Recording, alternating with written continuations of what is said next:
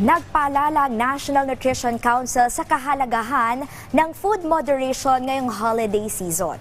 Ayon kay Pamela Yanga, Nutrition Information and Education Division ng ahensya, napakahalaga ng mindful at self-control eating ngayong holiday season. Dapat din na kumuha lang ng sapat na pagkain. Dagdag pa ng ahensya, posible kasing magdulot ng pagtaas ng timbang ang kalabisan sa pagkain na maaring mapunta sa overweight at obesity. Maari rin magdulot ito ng mga sakit tulad na lamang ng sakit sa puso at diabetes.